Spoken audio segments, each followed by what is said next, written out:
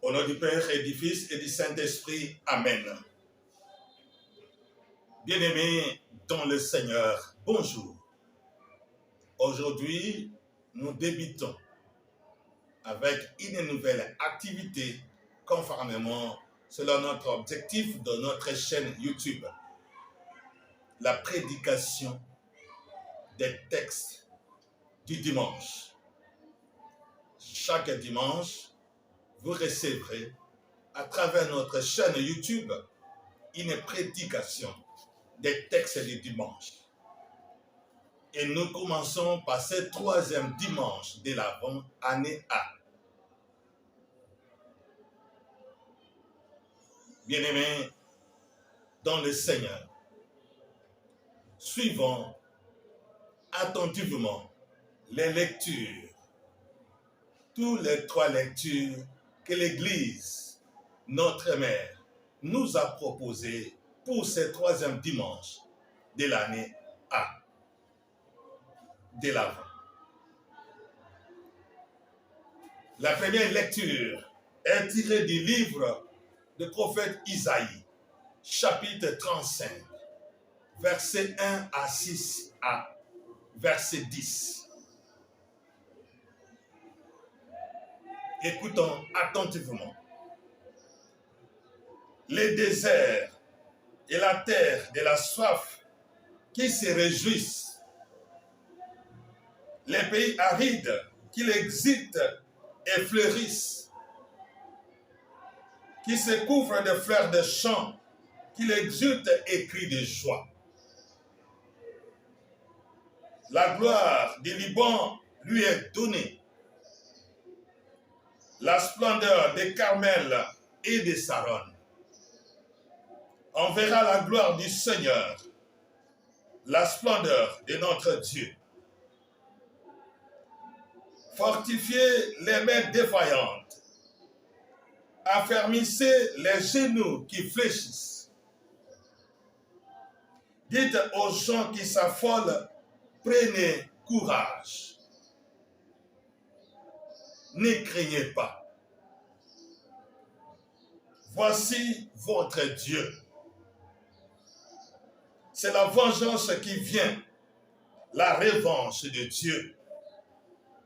Il vient lui-même et va vous sauver.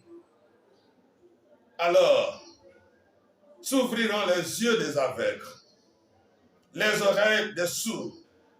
Alors les boiteux bondiront comme un cerf et la bouche du muet criera de joie. Ils reviendront, les captifs, rachetés par le Seigneur. Ils arriveront à Jérusalem dans une clameur de rire et de joie. Un bonheur sans fin illuminera leur visage. Allégresse et joie les rejoindront. Douleur et plainte s'enfuiront. Parole du Seigneur. Nous rendons grâce à Dieu.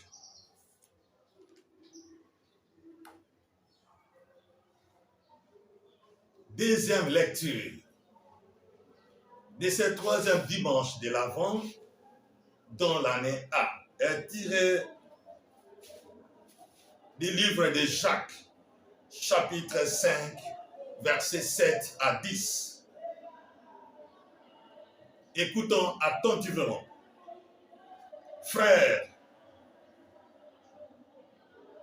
en attendant la venue du Seigneur, ayez de la patience.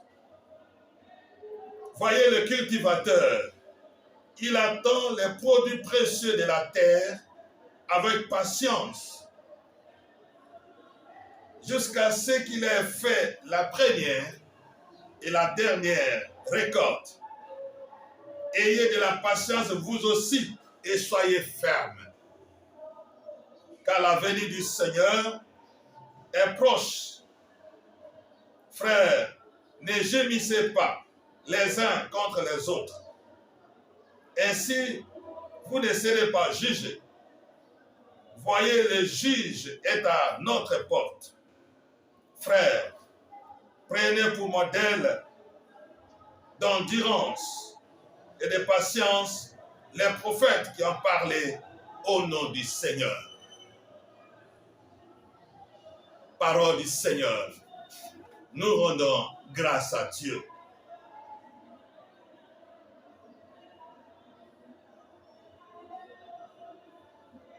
Alléluia, alléluia. Prophète dit très haut, Jean est venu préparer la route devant le Seigneur et rendre témoignage à la lumière. Alléluia. L'évangile de ce dimanche est tiré de l'évangile de Saint Matthieu, chapitre 11, versets 2 à 11. Écoutons attentivement. Jean le Baptiste, dans sa prison, avait appris ce que faisait le Christ.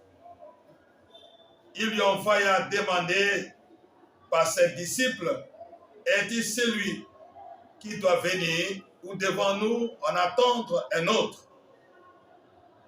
Jésus leur répondit, allez rapporter à Jean ce que vous entendez et voyez. Les aveugles voient, les boiteux marchent, les lépreux sont purifiés, les sourds entendent, les morts ressuscitent. Heureux ceux qui ne tombera pas à cause de moi. Tandis que les envoyés de Jean se retiraient, Jésus se mit à dire aux foules à propos de Jean. Qu'êtes-vous allés voir au désert? Un roseau agité par les vents? Alors, qu'êtes-vous donc allés voir? Un homme aux vêtements luxueux? Mais ceux qui portent de tels vêtements vivent dans les palais des rois. Qu'êtes-vous donc allés voir? Un prophète? Oui, je vous l'ai dit, bien plus qu'un prophète. C'est de lui qu'il est écrit, voici que j'envoie mon messager en avant de toi pour qu'il prépare le chemin devant toi. Amen, je vous l'ai dit. Parmi les hommes, il n'en a pas existé de plus grand que Jean-Baptiste. Cependant, le plus petit dans le royaume des cieux est plus grand que lui. Acclamons la parole de Dieu. Louange à toi, Seigneur Jésus.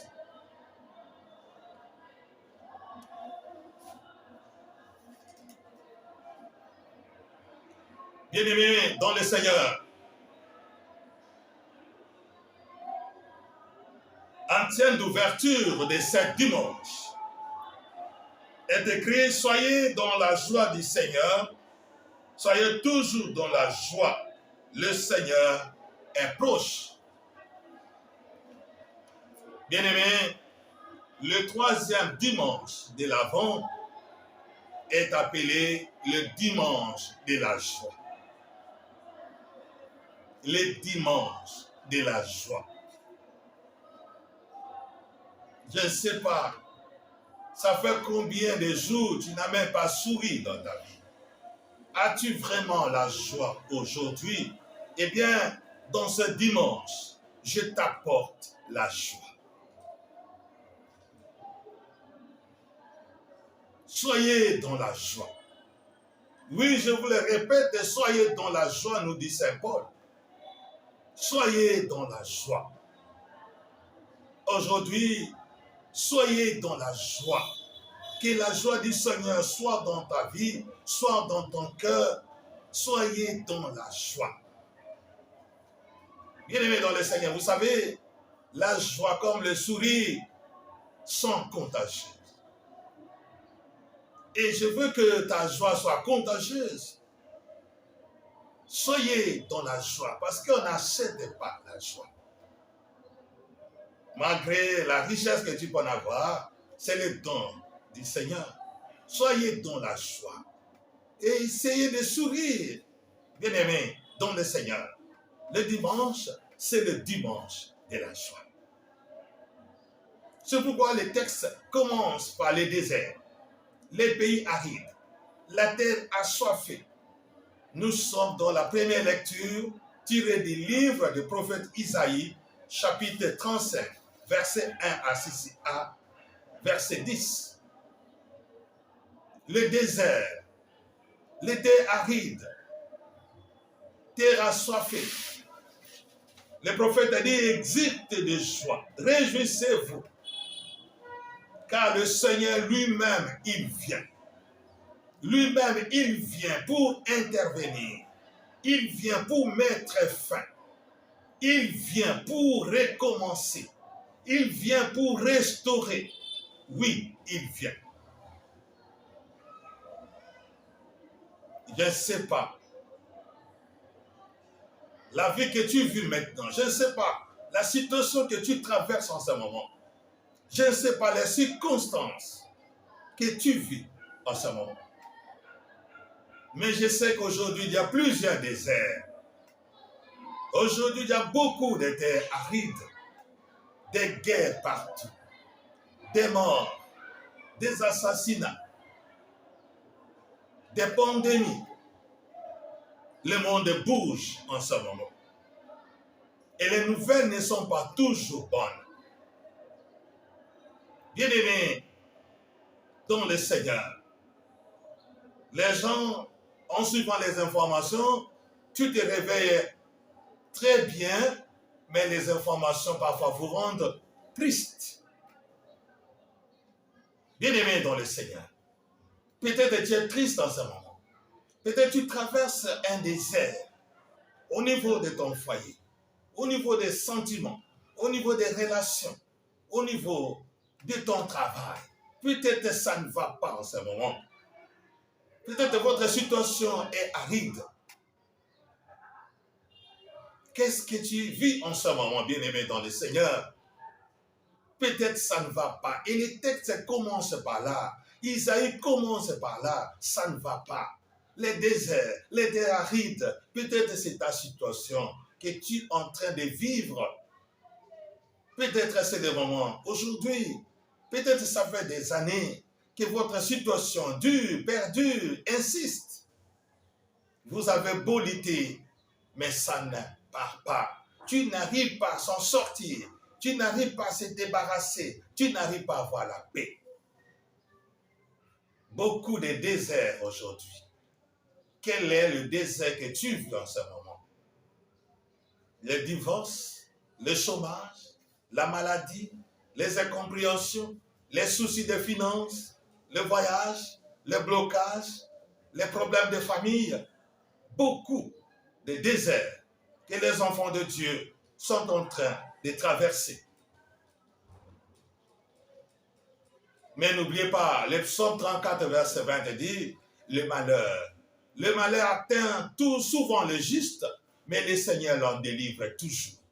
Et c'est le message d'Isaïe dans ce dimanche, dans cette première lecture.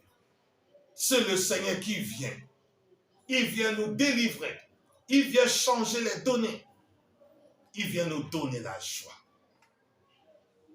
Est-ce que tu es prêt d'accueillir le Seigneur? Est-ce que tu es prêt de vivre ce changement? Est-ce que tu crois que le Seigneur est capable de changer quelque chose dans ta vie? Beaucoup ont cru et ils ont chanté ces louanges.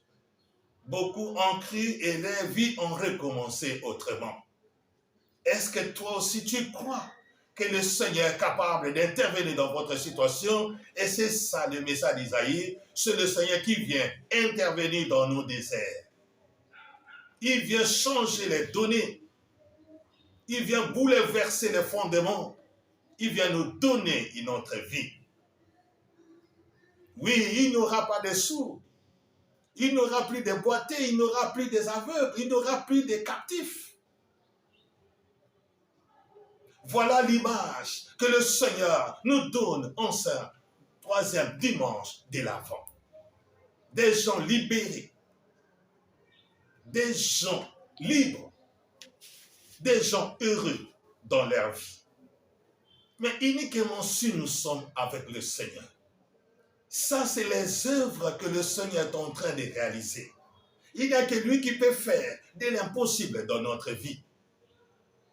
Il n'y a que lui qui peut transformer les déserts en terre fertile. Il n'y a que lui qui peut pousser dans des pierres. Il n'y a que le Seigneur qui peut faire des miracles. Bien-aimé dans le Seigneur, c'est pourquoi je t'exhorte en ce troisième dimanche de l'Avent, dont l'année a, d'accueillir le Seigneur, de préparer ta vie, de donner ta vie au Seigneur. Et vous allez voir qu'il va transformer ce qui est en train de torturer ta vie, ça deviendra une joie. Ce qui est impossible aujourd'hui, tu chanteras son témoignage. Ce que tu n'arrives pas, le Seigneur te donnera la possibilité de le changer. Rien n'est impossible à notre Dieu. Bien-aimé, dans le Seigneur, Isaïe vient nous confirmer que le Seigneur est notre libérateur. Le véritable libérateur, c'est le Seigneur. Et il y a toujours une fin pour toutes choses. Il vient mettre fin à une situation. Les situations des aveugles, les situations des déserts, les situations des terres arides, les situations de complications, de captivité. Le Seigneur vient mettre fin à une époque, à une vie, à une histoire. Il n'y a que lui qui change les choses. Mais si tu crois vraiment à notre Seigneur, votre vie va changer. Votre histoire va recommencer. Votre monde sera bouleversé. Je vous demande seulement de croire en lui. Et vous allez voir que cette parole de l'Écriture va s'accomplir. C'est ce que le Seigneur Jésus nous dit dans l'évangile de Saint Luc. La parole de Dieu que vous entendez aujourd'hui, ça s'accomplit. Oui, cette parole s'accomplit toujours dans la vie de ceux qui croient. Et moi, je suis sûr que si tu crois en notre Seigneur, il va changer ton histoire. C'est possible, bien-aimé dans le Seigneur. C'est possible qu'une histoire change. C'est possible que tu recommences à nouveau. Et il n'y a qu'avec le Seigneur que nous pouvons recommencer. Il n'y a qu'avec le Seigneur que nous pouvons encore écrire une autre histoire. Histoire des gagnants, histoire des vaillants héros, histoire des gens qui ont vaincu. Et je sais que toi, tu feras partie.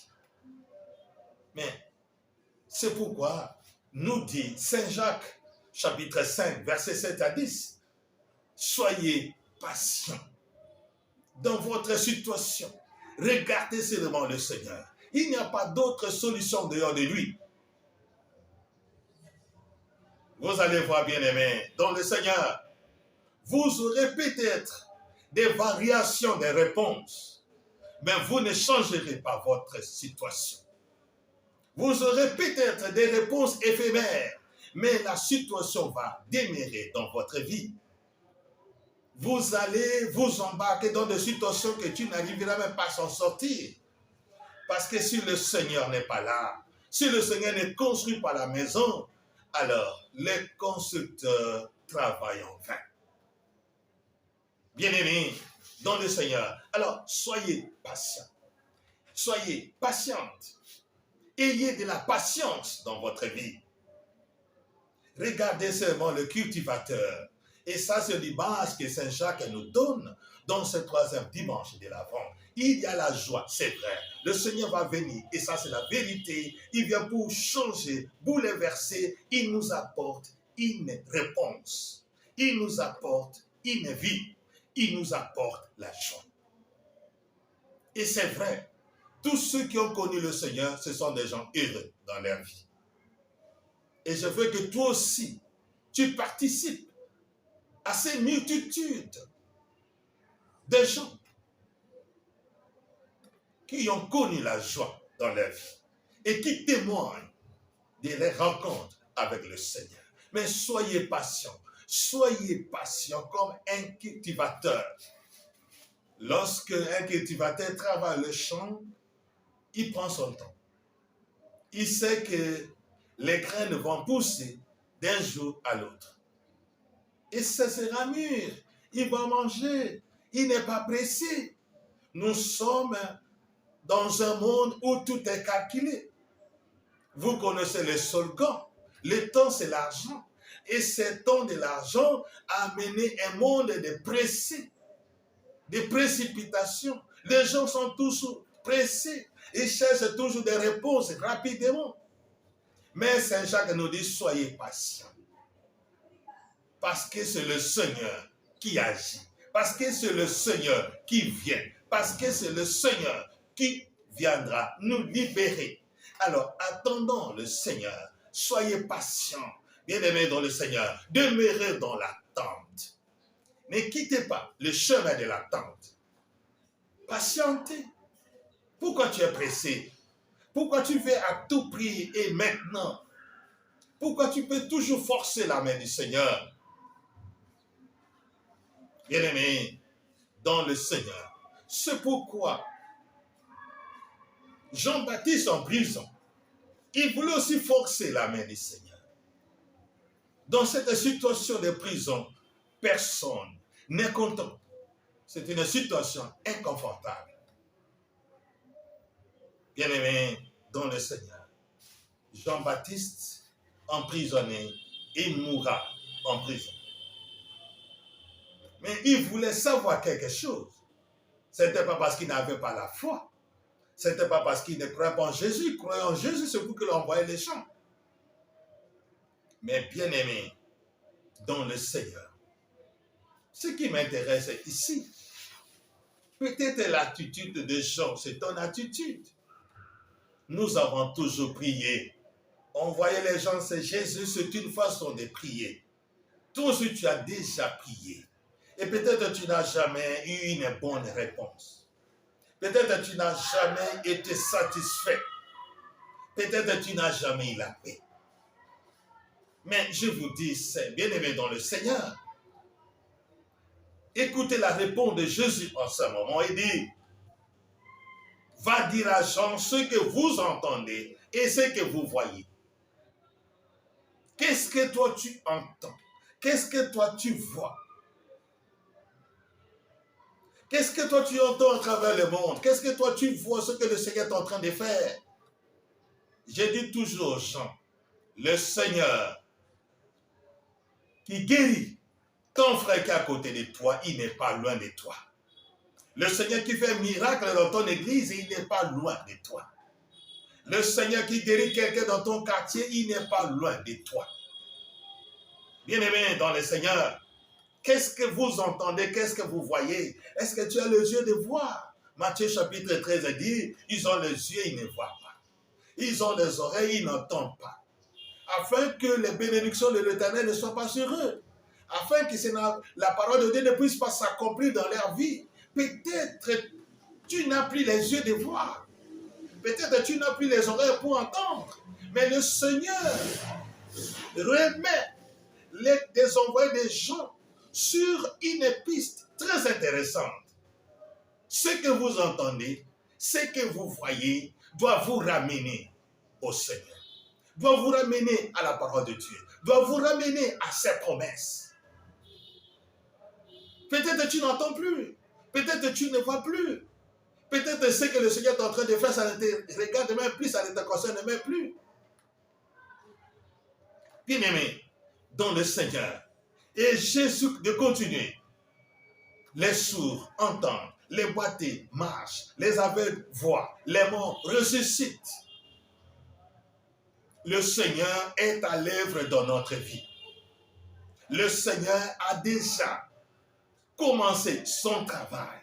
Le Seigneur travaille déjà au milieu de nous. C'est à toi de voir. C'est à toi de saisir. C'est à toi de le saisir. Bien-aimés dans le Seigneur, non seulement il renvoie les disciples des gens à ceux qui voient, à ceux qui doivent attendre, mais il donne une certaine spécificité pour dire que le Seigneur est à l'œuvre. Et je sais que le Seigneur a déjà travaillé dans votre vie. Je sais que toi, tu es déjà témoin de la miséricorde de Dieu. Tu es déjà témoin de la grâce du Seigneur. Alors, pourquoi? Soyez dans la joie. Il voulait dire à Jean d'être toujours dans la joie, de ne pas regretter parce que le Seigneur est déjà à l'œuvre. Le Seigneur a déjà commencé son travail. Le Seigneur est déjà parmi nous. Il est près de toi. Il suffit de voir et de le saisir. C'est dimanche. C'est le dimanche de la joie, où les gens rentrent à Jérusalem, dans la première lecture, où les gens rentrent glorifiant le Seigneur. Et moi, je suis sûr qu'il est temps pour toi de témoigner. Il est temps pour toi de rendre grâce. Il est temps pour toi de dire merci. Il est temps pour toi de glorifier notre Dieu, notre Seigneur. Bien-aimés dans le Seigneur, ce dimanche doit nous donner cette grâce de revenir sur nous-mêmes, de nous rappeler de ce que le Seigneur a fait dans notre vie. Le Seigneur n'est pas ingrat. C'est pourquoi Jésus rappelle aux envoyés des disciples de dire à Jean ce qu'ils entendent et ce qu'ils voient. Le Seigneur est déjà à l'œuvre. Le Seigneur a déjà fait quelque chose dans votre vie. Souviens-toi. Alors reviens encore dans les mains du Seigneur. Recommence encore ta vie avec lui. Soigne encore ta relation avec le Seigneur. Il n'est pas loin de toi. Bien-aimé dans le Seigneur. Et ce que j'aime dans ce texte de l'évangile de Matthieu, c'est le témoignage. Ce témoignage éloquent. Le témoignage qui vient d'abord d'en haut. J'envoie mon messager. Le témoignage que Jésus fait de Jean-Baptiste. Ces témoignages, est-ce que tu es sûr que dans votre vie, Dieu peut témoigner de toi? Est-ce que Dieu peut témoigner de votre vie? Est-ce que Dieu peut parler à une autre personne de ta vie? Est-ce que Dieu peut dire à quelqu'un qui est proche de toi, qui reprend l'exemple de mon fils, de ma fille? Est-ce que tu es vraiment le témoin de Dieu? Est-ce que tu corresponds vraiment à ce que Dieu attend? Est-ce que Dieu peut te glorifier en toi? Est-ce que ta vie est vraiment la gloire de Dieu? Bien-aimé, dans le Seigneur, Jean fait la fierté de Jésus, c'est vrai. Mais et toi? Et toi et ta vie? Dans ce dimanche de la joie et ta vie, souviens-toi, est-ce que toi tu fais la joie de Dieu? Est-ce que Jésus peut parler de toi? Est-ce que les saints peuvent parler de toi? Est-ce que Dieu peut vraiment te témoigner de ta vie? Est-ce qu'il peut être fier de ce que tu vis maintenant? Est-ce que Dieu peut être fier de ce que tu es en train de faire maintenant? Est-ce que Dieu peut être fier de la vie que tu traverses en ce moment? Est-ce qu'il peut être fier de ta vie et de toi? Je vous supplie, bien-aimés dans le Seigneur, revenez à l'essentiel, à la parole de Dieu. Revenez à Dieu. C'est lui qui change les choses. C'est lui qui nous envoie. C'est lui qui nous donne une mission. C'est lui qui transforme les gens. Soyez les femmes et les hommes qui donnent la joie à notre Dieu. Faites que l'histoire que tu as avec le Seigneur soit une histoire de fierté, une histoire de dignité, une histoire que le Seigneur se glorifiera de toi et de ce que tu as fait. Que Dieu Tout-Puissant bénisse cette parole et que cette parole soit une sémence pour la vie éternelle. Amen. Bon dimanche de la joie. Au nom du Père et du Fils et du Saint-Esprit. Amen.